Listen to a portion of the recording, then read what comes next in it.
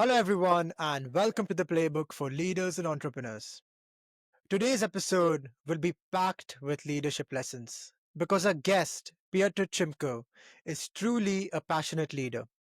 He not only practices his leadership skills as a procurement and operations director at Philips, but also continues to develop them as an area director at Toastmasters, a non profit organization dedicated to leadership and public speaking. I'm very excited to welcome Piotr to the podcast to share his leadership insights with us. So, Piotr, thank you for joining us. Okay. Uh, Hi, Sid. Hi, everybody. Good morning, good evening, good afternoon, wherever you are, whatever your time zone is. I'm really glad to have been invited for this conversation. I'm really glad to share with you my insights, my experience. Well, let's find out what you got for me, All Sid. right, let's get started then, Piotr. So, do you mind giving us a little intro about your corporate journey and personal life so listeners can get to know you a little bit more? Well, I am a corporate animal. In the last 22 years, I have been working in different companies, mostly multinational big companies, in different roles for several years in IT, then several years in finance, and for last, I don't know, like 8 years in procurement, having different roles, mostly for last 15 years, leadership roles. So typically I had some teams that I was managing directly or indirectly. So that's kind of how I define my career. And in parallel, in Toastmasters, I was also gradually taking the next steps in the development in this organization. So area director or division director, up to district director. And last year, I had the privilege and honor to be to serve as regional advisor for the whole Europe. Amazing. Tell us actually, how did you get into Toastmasters as well? Were you always a great speaker, or this is something you improved on? That's a great question, Sid. Let me tell you that. First time I heard about Toastmasters in 2002 was my friend, my colleague from my work who came to the office one day and said, Piotr, yesterday I was in the meeting. You would love it. They were getting on the stage, giving speeches, evaluating each other, and and there was an amazing energy. And she said, yeah, that's absolutely something for you. You need to try. And at the time, I could communicate pretty well. I didn't feel that much of a stage fright, but I had other things on my agenda at that time. And only 7 years later, in a completely different country, in a completely different city, I heard about Toastmasters again. And then I reminded myself, hey, Agnieszka was saying something about Toastmasters. Maybe I should go and check. So 7 years later, I went to my first meeting and I said, well, it's interesting. Let's see if I like it 3 times in a row, I will sign up. So I liked it 3 times in a row. I signed up, and that was 15 years ago. Uh, and since then, I really, really enjoyed the whole journey. But as you mentioned, I was not a great speaker. I felt comfortable on the stage, but that didn't mean I was a great speaker. I was very fast, very chaotic.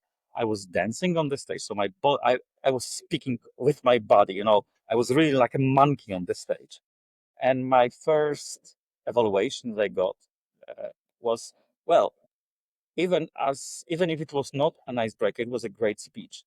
But Piotr, I have no idea what you were talking about. So I had my lesson to learn, and I actually recorded myself. I had that speech recorded. I watched it, and that was a great learning experience to watch myself on the stage, listen what I say, see how I behave. And it was an immediate turning point. And I said, yes, this Toastmasters place is something where I can actually grow and develop one of the most important, one of the most crucial skills in the world for the human being, communication. Let's deep dive into leadership now. So people often get confused between management and leadership. So tell me actually, what's the difference between the both? Well, everyone has their own views. What the difference between management and leadership is? For me, management is much more technical aspect of running a team. Yeah, so how to organize the work, what tools are we using, do how often we come to the office when we are, for example, in hybrid meeting. What are our goals? How we set up the goals, how we do the daily meetings, how we do review our performance, those kind of things which are much more tactical and you can put on paper. Leadership is much more about how you make people do what you want them to do. Yeah, I'm a big fan of John Maxwell and his philosophy of what leadership is. Um, one of the first time I heard about him was again back in 2010, and I learned about 5 levels of leadership by John Maxwell.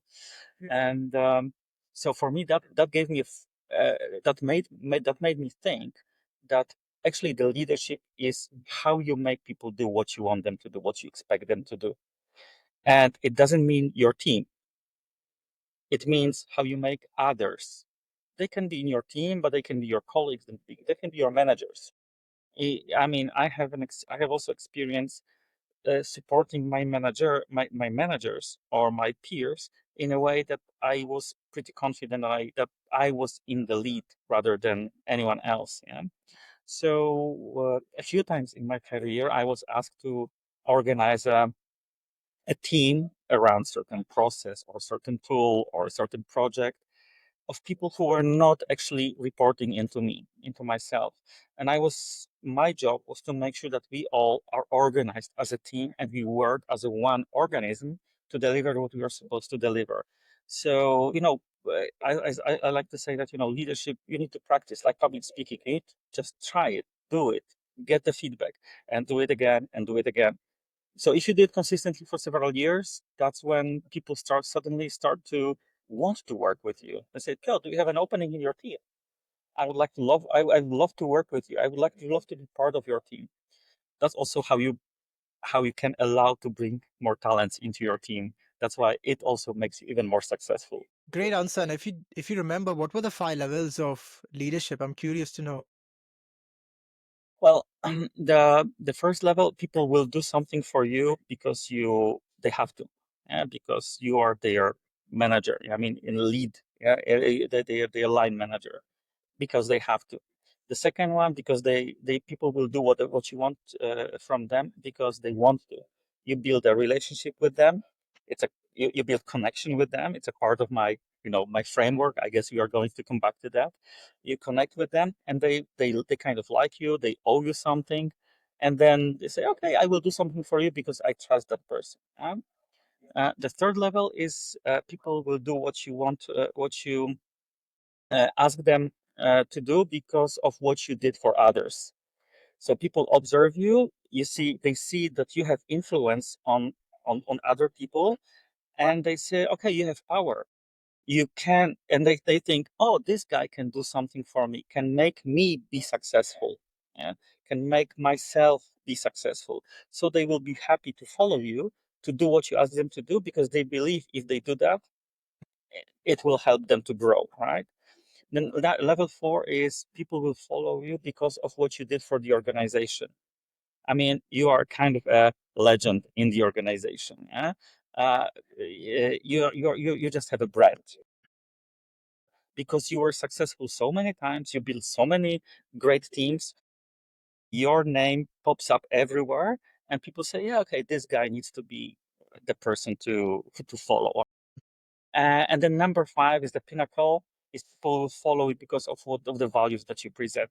You are known. I mean, those are the leaders who come to your mind when you think about leaders, right?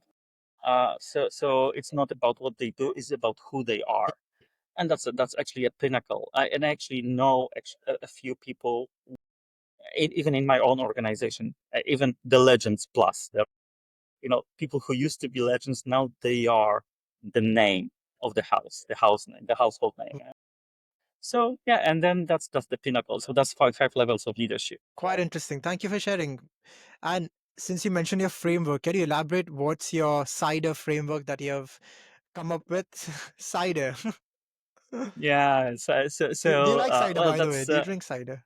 I like cider. I like cider, and I like the dry cider more than sweet cider. And I really like the taste of the drink, and and I also that's why when the letters that combine to the acronym that I came out, they say, "Oh, that's cider. That's interesting." Yeah. Yeah? Were you like To, sitting to at to a see that. bar that you were having cider that you realized, oh, you know what? This could be a good leadership acronym. No, it's a little bit different. The story goes like this. Around 2 years ago, I was visiting one of the districts, and I was asked to give the short 15 minutes presentation on leadership. So we were discussing before with the leadership team at the district, what are the things which combine together make a good leader, right? And they came that it's that they said that to learn is to die. I think it was Kati, the past district director, said to lead is to dice, and she kind of elaborated what is DICE, right? And I like that. I like that idea, but I didn't. During another session, I came up with my better acronym. It was dice again, but uh, the meaning of different letters was different than what Kati proposed. So I proposed my idea. I said, "Hey, Kati came to." I opened the presentation. Kati had this idea that to lead is to dice, and she said dice is this and this and this. But I think that dice is this and this and this and this. So I gave that presentation, and people actually liked it. So I said, "Oh, that's really interesting. Let's think about it." But someone came to me and someone said, "Well, I'm missing one thing." And we discussed what was missing, and it was this R part, which finally found its place in the final acronym. So I started thinking in terms that it was to lead is to dicer, which dicer in Spanish means to say, is to say. But apart from that, it doesn't have a real meaning. Yeah? You can say dicer, a person who throws the dice, for example. But it didn't have that great meaning. And I sat on that, and I was asked to give that presentation. I said, well, maybe let's reverse it, the D with C. And then I came up with cider. Love it. And I say, cider sounds much more interesting. And I gave that nice picture that you saw during the presentation of cider and apples.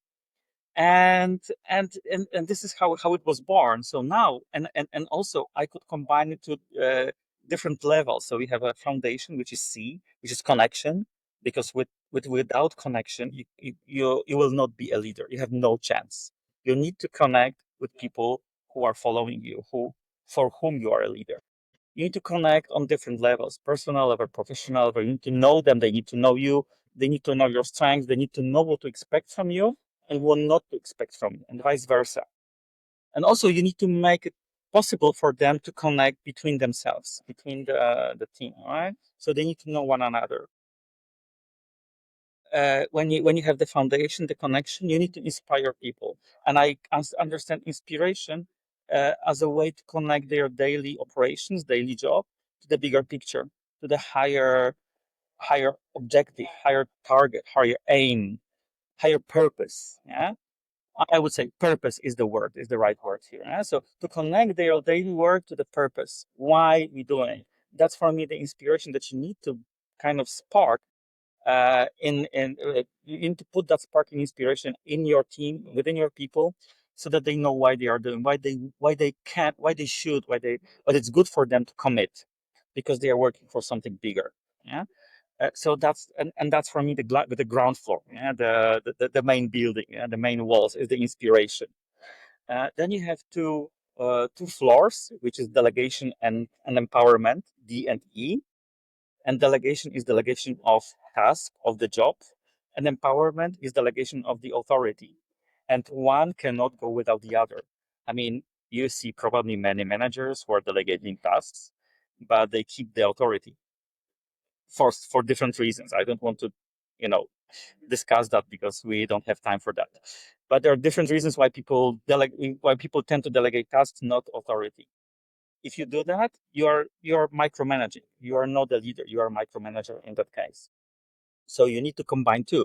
You need to delegate and empower your people in your team so that they know they know what they are doing, know what they are supposed to do, and they have full responsibility and accountability, and they can take the measures that they think they need to take, and they have the power to do what they think they need to do to get those things done, right? So the D and E. So and the last part, which is a roof in our house, is R, which is recognition, and it's a feedback loop where you can tell people first of all what they are doing great, for what you appreciate them, and at the same time, for me, part of the recognition is also give the opportunity to grow. Yeah. So typically, what I when I share with people and I recognize people, I typically put it divided into two sections. First of all, what I recognize you for, what I appreciate you for, and what kind of opportunities I see for you to grow, to develop, which we know from Toastmasters as a part of the regular feedback that we are getting in for after you give your speech. Yeah, you get the appreciation and you get opportunity to grow, right, develop. So I use that structure that we learned in Toastmasters for my daily management life, the daily life manager, and that works perfectly. So, and the more I think about it, the more I think that the these five things, these five elements, are totally sufficient in building yourself as a great leader. Yes, I love this framework, Peter. So, could you tell us how has this framework influenced your approach to leadership? Well, for many years, I was using that, working with that framework, but I didn't realize I did that. Actually, the acronym, the CIDER acronym, came up, 1.5 years ago. No earlier. But for many years, since I started my career, and for the first time, I was assigned a task and that was really very early in my career. I was assigned a task which involved asking others to do something. And, I didn't even think about this as a leadership assignment, but that was a leadership assignment.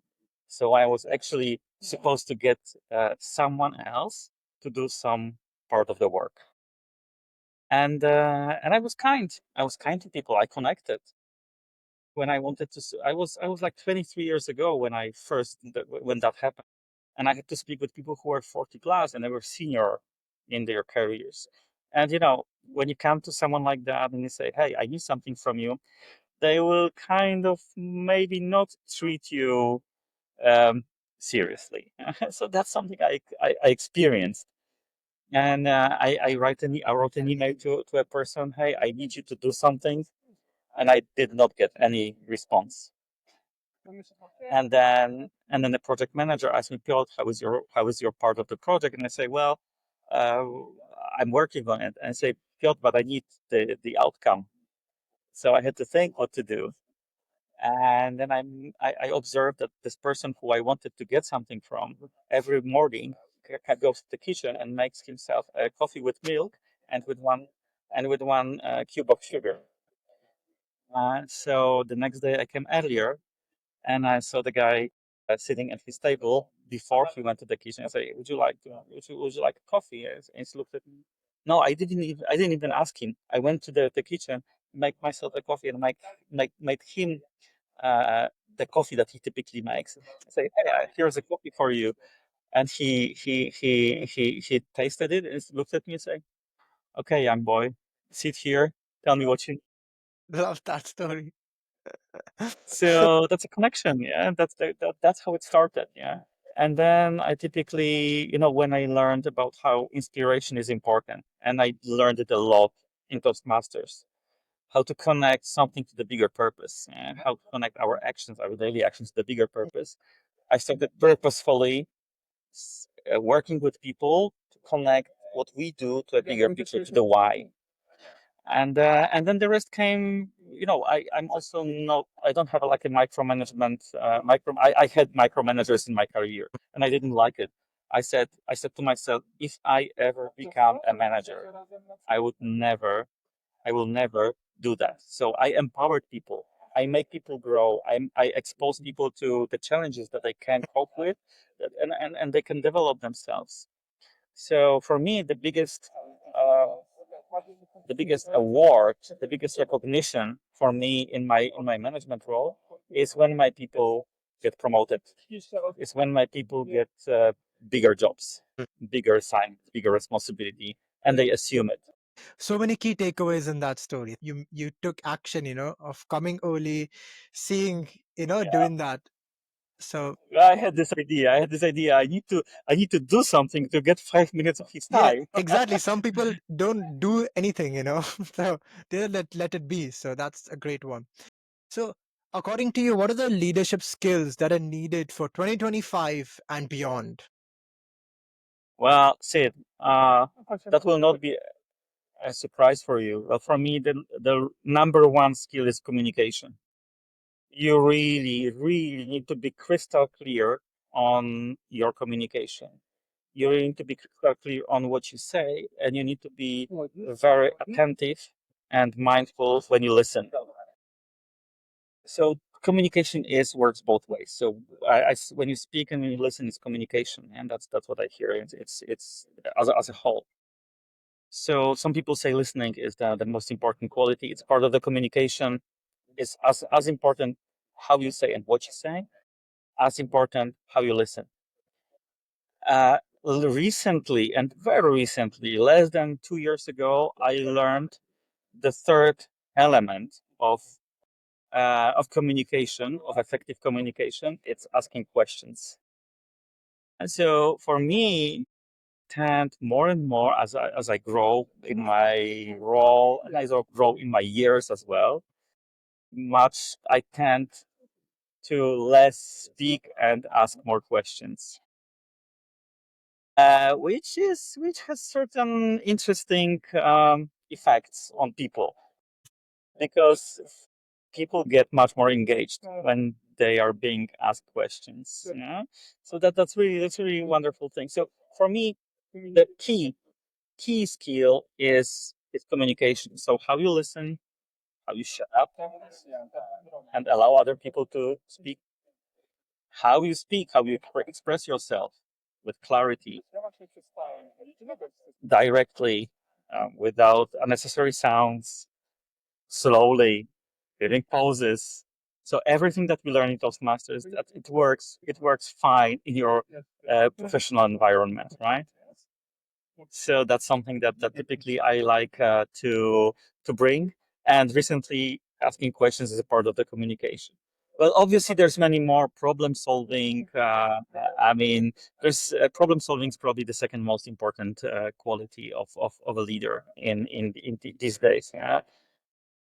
And fast learning. This is the third problem. If you ask me for three, is communication, problem solving, and learning fast. Ability to learning fast. And how would you describe your own leadership style? I like to think about myself that I have a combination of a democratic and coaching style. I'm this kind of a manager that asks people to what's the best way. How do you see that? How should we do that? What do you think I could do to help you? So this is kind of the coaching style. And if we speak about democratic style, I like to go around the table and throw the questions, throw the problem. And I like to use the power of brains of others. Yeah, because I like to think about myself. Maybe I'm smart and I think I am smart, but I'm probably not as smart as five other people. So the power of combined brains is always better than just one brain. And that also allows me to avoid mistakes. If I even as even if I were the smartest person in the world, uh, there's always a risk when you make decisions only by yourself. You have a risk of making bad decisions. If you confront your ideas, your decisions, or your candidates for decisions with others, you can get a pretty good feedback. But obviously, you need to create a positive and safe atmosphere environment for others to share. To tell you, Piotr, you may be my boss, but you are not. Your idea is stupid. Yeah, and when someone tells me that, I know that the environment I created is safe for people. Yeah, because so this is something that is really so that's my democratic part of my style. And the coaching part is growing people, helping people develop their actions through their actions. And if you have this set leadership um, style of democratic and coaching, what if you need to adapt your style depending on evolving cultures or workflows expectations? So how do you do that? So Sid, I don't know if you ever heard about Blanchard adaptive leadership model. No. I mean, if you didn't, I there's a whole thing about it. There's a whole science behind it, but it comes down to the fact that people in your team where you lead are at different stage of development. So you have people who are very early in their development. They know nothing, but they are motivated, yeah, because they come, they are excited. Oh, it's something new. I want to contribute to the success of this organization. So that's what they do, and you need to guide them by hand to show them what they are supposed to do. Then, when they become a little bit more experienced, they might become bored with the repetitive task. With something that they, a day after day, they are supposed to do the same thing. So you need to kind of motivate them in a little bit different way to show them the bigger picture, inspire them. Then, when they become, then when they become experts in something, and something comes easy to them, they become again motivated because something is easy. They can they can get something done with less effort, and that gives them some brain power to be innovative, to think, hey, maybe I could do something easier, something faster, to improve something, to improve the technology, to improve the process. So you need to treat those people again a little bit differently, right? So you have four stages of development of a person, and every stage you need to recognize at what stage that person is and adapt your style. But if you ask me also if I'm flexible, well, I need to be flexible because when you have a fire, I cannot put people around the table and ask, hey, what should we do? When there's fire, I go out, I take my extinguisher, and I just extinguish the fire. And it can be kind of, abstract fire. I mean, we have a problem with our process. Something is something hasn't been done, and that impacts the organization, and it has to be done immediately. So I'm not putting everyone saying how shall you solve the problem, because this problem needs to be solved here and now. So I ask someone, hey, you go and you do this, and you do it now. So I put my authoritarian shoes a little for a while, because that is the requirement of the situation. But I don't really feel comfortable doing that. I need to I had to learn to do that, to step up, just to step in when there's a problem, and kind of forget about democracy, forget about coaching. You just need to shout orders. Yeah, I do it. I even yesterday we had this with a very I would say unusual situation where suddenly there was like a big drama across the whole organization, and I heard shouts from everywhere. Hey, this doesn't work. This doesn't work. So I had to, okay, let's stop, calm down. We do this. We do this. We do this. We do this. Here, I need you to do this. I need you to do this, and let's reconvene in 1 hour and see where we are. So, well, sometimes I just need to adapt. Maybe that's not my preferred style, but still working. Interesting, and it depends on situation, like you said. So makes 100% sense. So, what are the strategies have you found effective in leading teams through complexity of remote or hybrid work setting? Well, I love remote and I love hybrid. I give you an example. So when I was running a team in 2020, in my organization, it wasn't very common to work from home. Yeah. So people typically the process was like you had to go to your manager, ask, "Can I work tomorrow from home?" And the manager typically said yes, or sometimes said no. But but people were kind of dependent on the mood of the manager, of the concept, of the way of working of the manager. So when I took over the team in 2018, the first question I got, Piotr, what is your approach to working from home? So I said, yeah, if you want to work from home, just send me a message in the morning. Do I need to wait for your okay? No, you just send me the message. Unless I tell you, unless we agree before that, for example, you have a team meeting in person, then I need you all in the office on that given day. and there's no excuse then. But typically, when there's like a business as usual, you just send me a message in the morning. Today I'm working from home. Not I want to. I'm working from home, and that's it. As a manager, I need to know where you are for the health and safety reasons. But apart from them, you can work from home. I don't mind. For me, it's my way of running teams is not. I don't need to watch people work. Yeah? I know that they are working because of the outcome I see, and that's the way I approach them.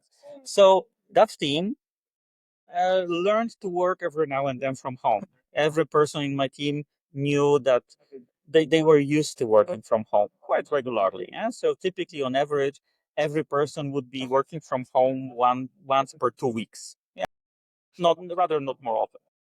And then when 2020, we had the pandemic, and we had to close the offices from day to day. For my team, it didn't. Nothing changed. Nothing changed. We just worked. It was business as usual. It's just everyone was working from home, like everyone of us was used to. So that helped me a lot, giving people a little bit of freedom, uh, from where they could work, and that paid off tremendously. When we went home, when we were forced to stay at home, it paid off like really really a lot. So for me, I really don't mind. There are basically two things where I need people in the office, and typically I need everybody in the office. One is when we do something as a group exercise, when we have when we have to strategize, when you have to brainstorm, when you have to design something together. So the power of brains which are in one room is much bigger than power of brains which are remote. Yeah, the effect of working together is much bigger when we are closed in one room. It goes similar with the learning. When we practice some with work, when we have workshops, I want everybody to be in the room. So that's two things. The two things, and the third is when we celebrate something. When we celebrate something, I really want everybody to be present. Yeah. So other than that, daily management, business reviews, ad hoc discussions, everything can be done remotely. And I really don't see any reason to make people drive for one half an hour to the office to sit there for 8 hours, especially when most of their day is they spend on the calls. Doesn't make sense. Yeah. So for me, making people come to the office, it needs to be purposeful. So we need to know why we do that. Yeah. So, for example, I have an agreement with my team that we meet one day, it's typically Tuesday, where we actually meet in the office. We have a team meeting, longer team meeting, and everyone can choose one other date when they come to the office. And then that's it. And that's it. I don't make people come to the office every day. I come to the office every day because that's very convenient for me, but I don't make anyone else do that every day. Now let's deep dive into more practical leadership lessons. What's your approach to building a strong, high performing team from scratch? That's a great question. Well, you do it by the book. You start with the foundation. Yeah, you start with connection. So typically, you start with a C. You start with connection. So there are different ways to do that. I mean, it really depends on your style, on your preferred way of doing things. Yeah. For me, I like to combine learning and fun. So what I like to do is like to get us in a workshop. Yeah, in a development workshop, a growth workshop, strategic workshop. Yeah. So what my preferred style is to get the team out of the office for an offsite. We spend one day strategizing, doing something. Then in the evening we have fun. Then on the second day, we have some more team building exercises, not really requiring our brain, but to actually get to know each other. So there are hundreds of exercises which you can do. I typically like to ask a facilitator to do that. I'm not doing it myself because I want to be considered a part of the team rather than a facilitator. Yeah? So I ask a facilitator, hey, can you get us through the team building, some team building exercises, and treat myself like every other team member. And because for me, yeah, I like to think about the manager in a team that it's a team member who has a little bit different function in the team than others. So and I'm equal. Yeah, the fact that I do other things, it doesn't make me better. Yeah? So that's what I typically do for a start. So when you start that when you connect, people trust each other. People can rely on each other. Then you inspire them, or in parallel you inspire them, you connect them. Do I yeah and you inspire, you connect them to the bigger purpose. Yeah. So you can do it in different ways. I like to do it through the exercise. I say, hey, guys, yeah, I put the flip chart and say, hey, let's do brainstorming. Why do you think we're doing it? I instead of telling them, I ask them, why do you think we're doing? How would you like to get there? Yeah. So last time I did it, I drew a lighthouse on a flip chart, and this is the lighthouse is our purpose. The lighthouse is the why. And how would you like to get there? What are the ways to achieve what you want to achieve? And then in terms of delegating, empowerment, people sometimes don't believe they when I say, yeah, you can do it whatever way you like. I mean, you have your job, you need to achieve this and this and this, and the way you are going to do that, it's up to you. I'm here to support you, whatever you decide. Yeah. And then the recognition comes as a closed loop, because uh, we always need to be present for people and make sure that they know they are doing good job, and they know what are their opportunities to grow. Amazing. Another great answer with so many key takeaways. And it's a good example, good practical example of the CIDER framework as well that you shared. Yeah, and see it. Make no mistake. I do that in my corporate environment, but I have been doing that in Toastmasters since the beginning, as a club president, as area director, division director, district director. In any role, I did exactly the same thing, and it consistently worked. So it's a proven formula. So yeah, it never failed. I mean, I built in last probably, let's say, 15 years. I built probably around 20 teams in total, and each time using the same approach, it consistently worked. So there can't be a mistake here. Great answer. And I think we can tell our listeners as a challenge. So if you're a leader or a manager, try the CIDER framework and comment below how it works for you as well. We love to know how it. Yeah, CIDER: connection, inspiration, delegation, empowerment, and I'm recognition. definitely that's a biggest takeaway from me in this episode. So thank you. Well, and see it to our listeners. If you want to know more, find me on LinkedIn, find me on Facebook, write me a message. Let's talk about it, because I'm also passionate about it. I love to talk about those things. Yes, So I can talk about it for hours. And next time I meet you, we go to the bar and we are going to talk about it as love well. it. I can't wait for that day. And I'll link all your social media handles in the show notes for our listeners to follow as well. Sure, 100%. absolutely. And That's if great. you're in the UK as well, let me know. Would love to catch up. That's probably a chance. There's a chance that this year I will be in the 100%. Then UK. we're going to schedule a Uh, catch up. Absolutely, Done. absolutely. And another question I have for you on practical leadership advice. So, what's a simple but effective way to boost team collaboration? Oh, that's a great question. There are different ways. It really depends. For me, giving a team a joint task and ask them to figure out how to do things is the best way, because first of all, that creates connection between the team members, that combines their brain power, and that also allows for the conflicts to arise. And conflicts are imminent part of the whole leadership journey. Yeah, you will face conflicts in your team, between you and others, between your team members.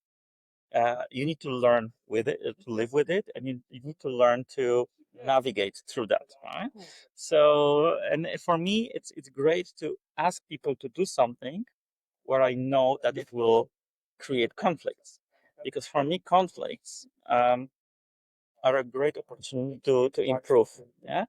And I mean conflicts about heated discussions about how we should do things, right? It's not by the conflict, I don't mean, well, I don't like you, I think you're stupid. Well, I'm not going to work with you because I don't trust you. If that's something like this happens, there's a work for you as a manager to be done. Yeah. So you need to put people together in a room, maybe go out for a beer and say, hey, we have a situation. Let's talk about it. Let's talk it through. I advise, I was, since I read the book about nonviolent communication by Rosenberg, it's a wonderful read. I really, it completely changes your perspective on communication. So what we are taught as kids and in our early life is completely not the way that supports us as human beings in being connected to others. And NVC model invites you to look at the communication from a different perspective. Yeah? So I try to practice that. I also share that with others. It's an amazing idea. So the nonviolent communication in the world of nonviolent communication by Rosenberg. So yeah, so you help navigate using that model.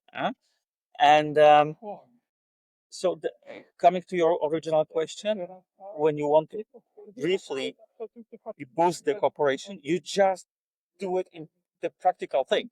You ask a team to do a joint thing. Yeah. I want you to build something. I want you to create something. I want you to, I don't know, to design a new process. I want you to restructure the ideas. I want you to, create a dashboard. I mean, and it has to be the joint effort. Yeah. And that will help them cooperate. You can observe, and that's also something that when you create a safe environment within your team, and then if you become an observer, people will not look at you when they solve the problem. They will look at at them at one another, and when you observe, you might give them feedback later, right, on how they can improve their communication, their problem solving way of their problem solving and other skills. So that's typically what I would do if I had that idea. I need to boost the cooperation within the team. Nice, another great practical advice. So, Piotr, what's one daily habit that has significantly improved your leadership effectiveness? I don't have a daily habit, so I know there's a whole science behind daily habits. I don't have a daily habit. So, any Um, habit that helps you I become a better leader? I speak to people. I really speak to people and I listen. Yeah. So even yesterday we had a conversation. So my whole team was in the office on Tuesday, and I spent big portion of my day speaking with different people in the office. Yeah, from outside of my team, but I actually spent a lot of time speaking with others. And then I sat at my desk on my chair, and I looked at my colleague, one of my team members, and I said, "Well," she looked at me and said, "So you think I finally should do something?" And she said, "Yeah." And I said, "Yeah, yeah, yeah." So, but that's for me the way of achieving things is when I build a lot of connections. I built my network, and the network, the power of your network is very often underappreciated. You can say that, not appreciated sufficiently. The first thing I heard when I came to Philips from my manager, he said, "Piotr, from day one, you need to build your network." So I keep doing that. I just speak to people. Yeah, they say your net worth is your network, you know? Yeah.